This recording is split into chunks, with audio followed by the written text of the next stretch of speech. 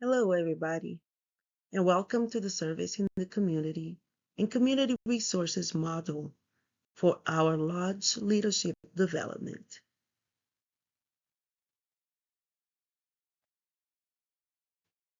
Let me introduce it to myself. I'm Gisela Schilling. I currently hold the position of Assistant Scoutmaster for Troop 81, an active scouting group located in the vibrant city of Daegu, South Korea. Since my arrival in this beautiful country in 2021, I have dedicated myself to fostering and development and growth of our scouts, creating memorable outdoor experience, instilling valuable life skills. As I look forward to my military retirement in 2026, I plan to continue living in Korea, where I can immerse myself in the local culture and community while planning future travels around the globe. I am excited about the adventures that await me in different countries and the unique experience I will encounter.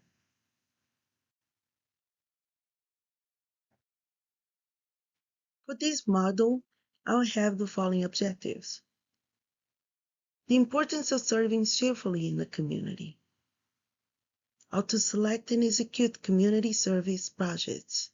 And most important, available resources to support you. Let's add a little twist on where are my resources and how to use them. Let's begin by defining cheerful service and how to incorporate it into projects within the community. How would you define cheerful service? Through our chapters and lodge, we can provide valuable service not only to scouting and our camps, but to our communities.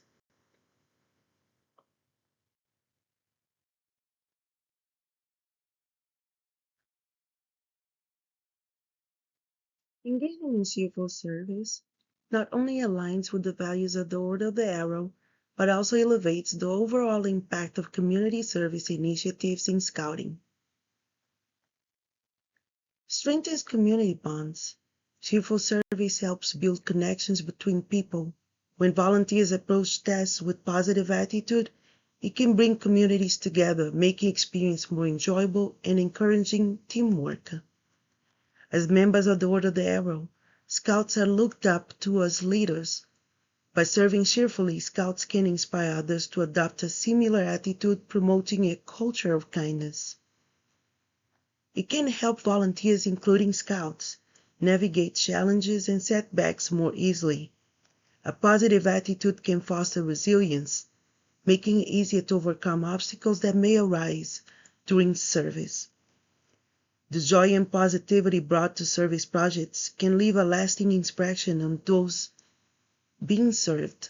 Not only benefits recipients in the moment, but also encourages them to give back and serve others in the future. When service projects are approached with cheer and enthusiasm, they tend to attract more volunteers. People are more likely to join in on activities that appear fun and fulfilling, which means more hands to help and a larger impact on the community. Serving with cheerful demeanor not only benefits the community, but also enhances personal fulfillment that comes from helping others. It can lead to a greater sense of purpose and satisfaction in one's own life. Serving cheerfully encourages volunteers to appreciate what they have and the opportunity to help others. This gratitude can lead to a more positive outlook on life and a deeper commitment to community service. It creates an uplifting environment that encourages others to participate and contribute positively to the community. When service is done with a smile, it fosters a sense of joy and enthusiasm among both volunteers and recipients.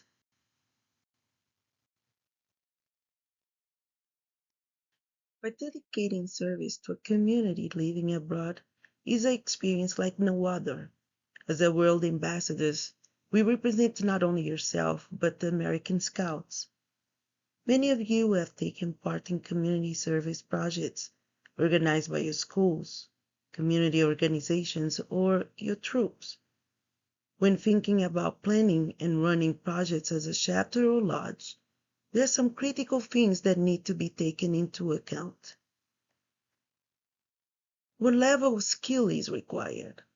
It's easy to explain how to pick up trash in a park, but if you're removing invasive plants in the park, you need to develop a bit more knowledge of what plants stay and what goes.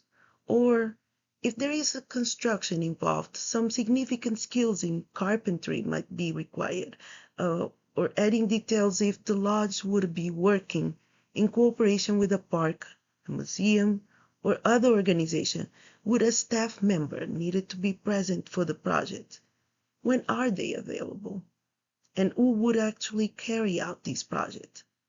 Are there enough willing participants available to tackle the project you're considering? Our diverse community, which includes host nations, citizens, base residents, and local partners, may benefit of service projects that include the cultural exchange, environmental cleanups, or in support of local institutions and private organizations which are short of staff when living overseas. It is always a good idea to coordinate projects with the base authorities such as public affairs organizations, the chapels, morale and welfare recreations, community activity centers, so they can record and assist you to incorporate more available volunteers. As our community changes constantly, another great point is to maintain a continuity book, one that keeps the names, points of contacts, and locations of key coordinators assisting you. Your troop or lodge, to those coming after you, your departure may continue to serve and maintain what the unit has achieved.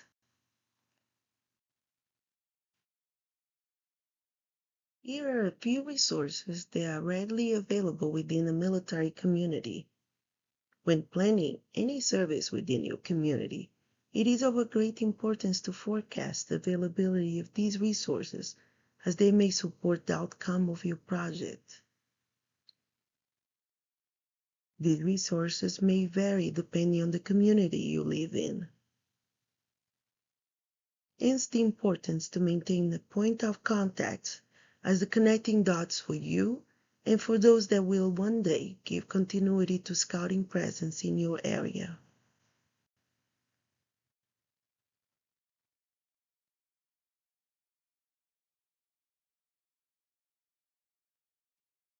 When posing this question, try to answer by finding how could you, as an Order of the Area representative, support your unit?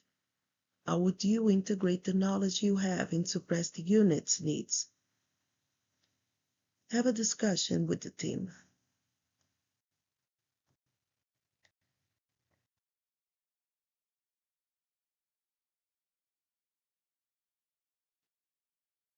I wanted to break it down a little bit to why it's important to identify resources. Finding the right resource for the specific task will take the burden off yourself. It breaks down a larger task into smaller manageable bits. After you find your resource, whether it be a person or object, you use it to maximize the potential of your efforts. Through this, you will be more successful. You can identify your resources and utilize them to your needs.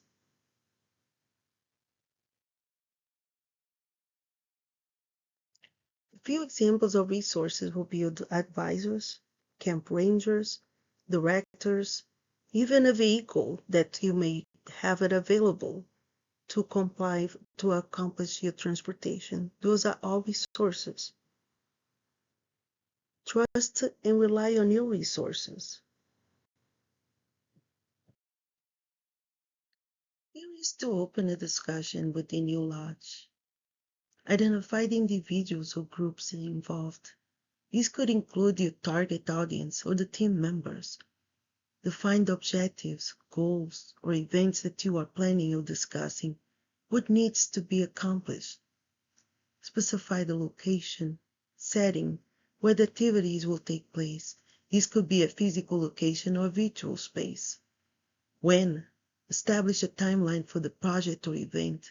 When will it start? What are the key milestones? And then the more important, way forward, determine the next steps. What actions will be taken to move forward with the plan? What resources will be needed? Who will be responsible for each task?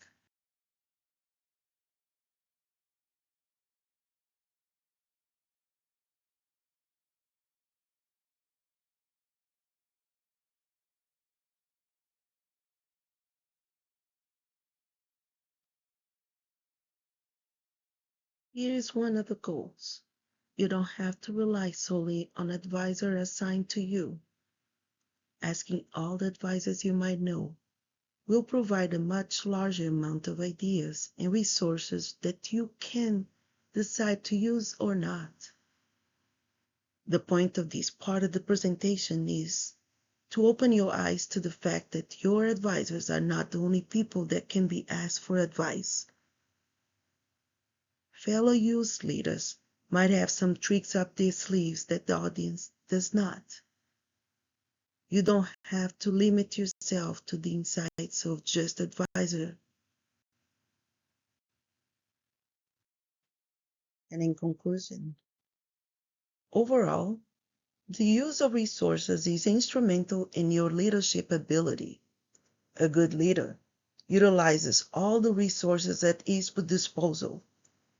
When every physical and mental resources is focused, one's power to solve a problem multiplies tremendously. Reflect on the words of Reverend Peel to help you understand the power of your resources. Always remember to depend on those whom you can rely on. Trust in them as you utilize them for the task at hand. Be the leader, not the manager.